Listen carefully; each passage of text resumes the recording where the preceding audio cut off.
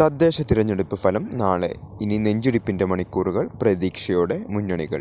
കോഴിക്കോട് തദ്ദേശ പോരിന്റെ നാളുകൾ നീണ്ടുനിന്ന പ്രചാരണങ്ങൾക്കും പോരാട്ടങ്ങൾക്കും പരിസമാപ്തി. ഇനി മുന്നണികൾക്ക് നെഞ്ചിടിപ്പിന്റെ മണിക്കൂറുകൾ.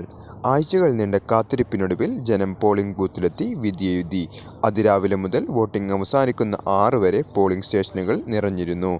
പോളിന് ശേഷം കൃത്യം 7 തന്നെ വോട്ടിംഗ് ആരംഭിച്ചു. സ്ത്രീകൾ അടക്കമുള്ളവർ അതിരാവിലെ തന്നെ വോട്ട് ചെയ്യാനായെത്തി.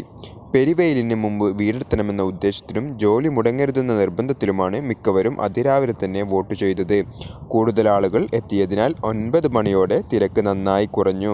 എന്നാൽ ഉച്ചയ്ക്ക് ശേഷം തിരക്ക് വീണ്ടും കൂടി. രാവിലെ കാര്യമായ തിരക്കില്ലാതിരുന്നതിനാൽ ആളുകൾക്ക് വേഗത്തിൽ വോട്ട് ചെയ്ത് മടങ്ങാനായി. പിന്നീട് വൈകിട്ട് 3 ശേഷമാണ് വോട്ടർമാർ കൂട്ടത്തോടെ എത്തിയത്. 4 മുതൽ മിക്ക പോളിംഗ് സ്റ്റേഷൻ മുമ്പിലും ആളുകളുടെ വലിയ നിര തന്നെയായിരുന്നു. ഇത് മുന്നിൽ കണ്ട് രാഷ്ട്രീയ പാർട്ടി പ്രവർത്തകർ തങ്ങൾക്ക് ഉറപ്പുള്ള വോട്ടുകൾ ഉച്ചയ്ക്ക് മുമ്പ് തന്നെ പോൾ ചെയ്യിപ്പിച്ചിരുന്നു.